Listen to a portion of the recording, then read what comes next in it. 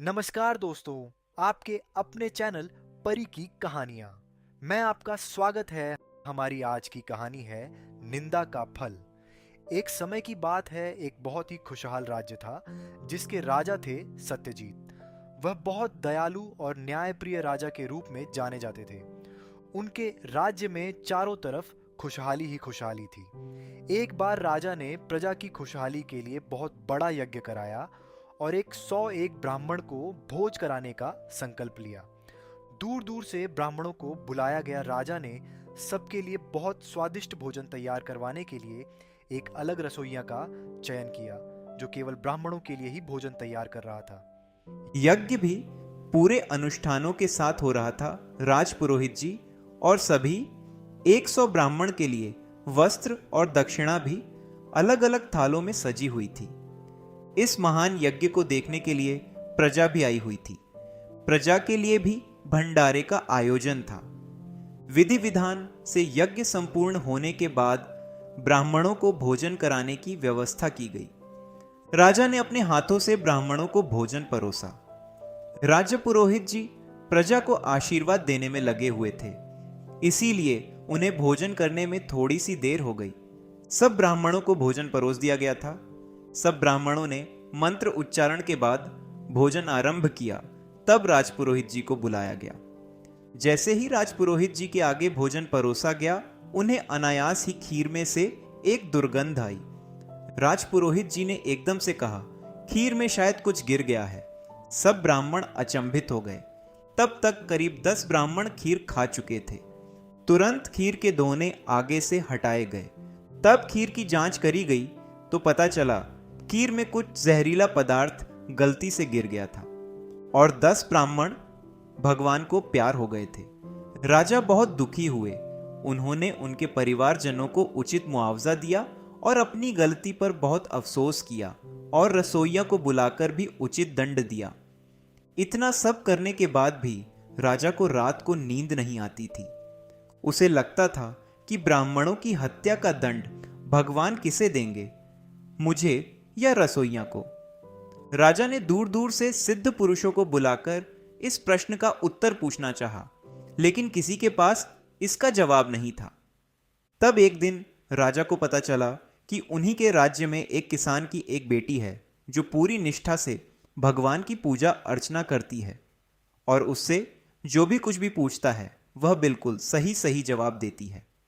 आज तक उसकी कहीं भी कोई भी बात गलत नहीं हुई है। तब राजा को उससे मिलने की जिज्ञासा हुई। राजा ने सोचा, मैं राजा के भेष में मिलने जाऊंगा तो हो सकता है वह कन्या मुझे राजा समझकर मुझे सही उत्तर न दे। इसलिए राजा ने एक साहूकार का भेष बनाया और घोड़े पर सवार गांव की तरफ चल दिया। वहां पहुंचने तक शाम होने को आई थी। उसने देखा कि गांव की चौपाल पर 4-5 लोग चारपाई पर बैठे हुए हैं और आपस में बातचीत कर रहे हैं। राजा ने वहीं रुककर उन लोगों से किसान की उस कन्या के बारे में पता किया और पूछा कि उसका घर कहाँ है। तब उसमें से एक ने कहा कि रात होने को आई है, आप कृपया मेरे घर आए और मुझे अपनी सेवा का अवसर दें। सुबह होते ही मैं आपको किसान के घर ले चलूंगा। लेकिन राजा को अपने प्रश्न का उत्तर जानने की इतनी ज्यादा जिज्ञासा थी कि राजा ने कहा कि मुझे बस 2 पल का ही काम है, फिर मैं अपने गांव चला जाऊंगा। कृपया आप मुझे घर बता दें। तब एक व्यक्ति ने राजा को किसान के घर का पता बता दिया। राजा इतना खुश था कि उसे लग रहा था कि आज मुझे पता चल जाएगा कि गलती मेरी है या रसोइया की। हो सकता है गलती मेरी हो और मैंने रसोइया को गलत दंड दिया हो। चाहे गलती किसी की भी हो, मुझे पता तो चल जाएगा। ऐसा सोचते हुए राजा किसान के घर के निकट पहुंचा। उसने देखा एक बहुत ही साधारण सी कुटिया है। बिल्कुल साफ सुथरी, साधारण होने पर भी उसकी दिव्यता दिखाई दे रही थी। राजा ने दरवाजा खटखटाया तो अंदर से कोई आवाज नहीं आई। राजा को जल्दीबाजी थी तो उसने हल्के से दरवाजे को धकेला। तब दरवाजा खुल गया। उसने देखा भगवान के सामने एक कन्या ध्यान में मगन बैठी हुई है, तो राजा भी उसके सामने हाथ जोड़कर बैठ गया। थोड़ी देर बाद लड़की ने आंखें खोली तो अपने पास ही एक व्यक्ति को बैठा पाया। तब वह लड़की बोली, मुझे माफ़ करिए, मैं ध्यान में बैठी हुई थी, इसलिए मैंने आपके आने की आहट नहीं सुनी और मैं अतिथि सत्कार में चूक गई।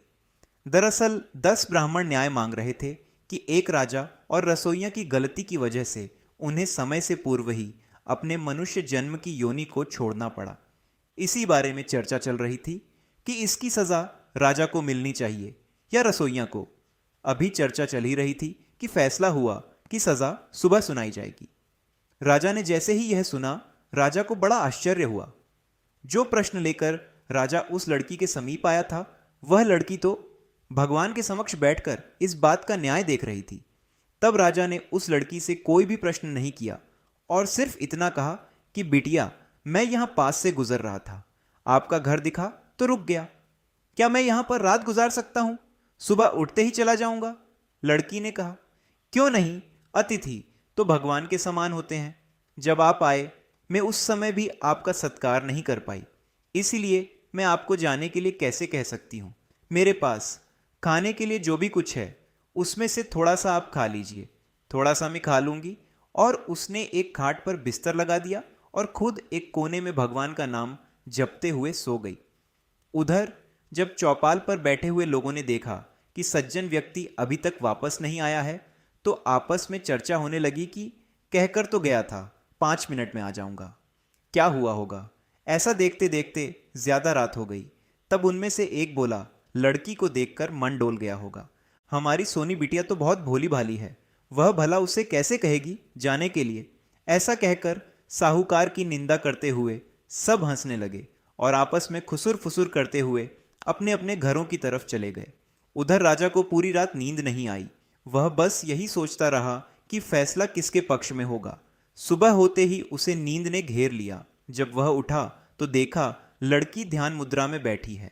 राजा उठा, उसने देखा पास में ही एक लोटा और तौलिया रखा है। राजा ने जल्दी से हाथ मुंह धोया और जैसे ही उसके पास आकर बैठा, लड़की ध्यान मुद्रा से जाग गई और बोली, आप थोड़ी देर रुकिए, मैं भोजन तैयार करती हूँ। तब राजा को इतनी उत्सुकता थी कि राजा ने पूछा, क्या रसोइया और राजा का न्याय हो गया? किसको दंड मिला? लड़की मुस्कुराई और बोली, दंड तो चौपाल पर बैठे 5 लोग अपने हिस्से में ले गए, राजा और रसोइया को तो बरी कर दिया गया है। राजा को उत्तर सुनकर बहुत प्रसन्नता हुई, लेकिन राजा को समझ नहीं आ रहा था कि चौपाल पर बैठे हुए कौन से 5 व्यक्तियों को दंड मिला है।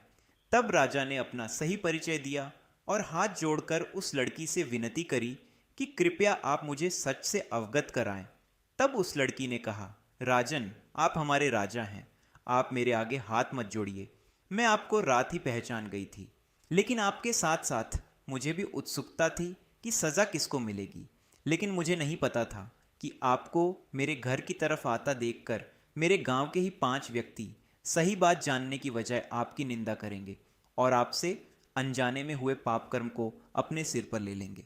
यदि आपको यह कहानी हृदय स्पर्शी लगे तो कृपया हमारे इस वीडियो को लाइक करें, अपने दोस्तों को भी शेयर करें तथा हमारे चैनल परी की कहानियों को सब्सक्राइब करें। हम इसी प्रकार आपके लिए और भी दिल को छू लेने वाली कहानियाँ रचते रहेंगे और आपको सुनाते रहेंगे। और कमेंट बॉक्स में हमें बताएं कि हम और किस टॉपिक के ऊपर कहानी बनाएं, क्योंकि आपके कमेंट से ही हमें प्रेरणा मिलती है।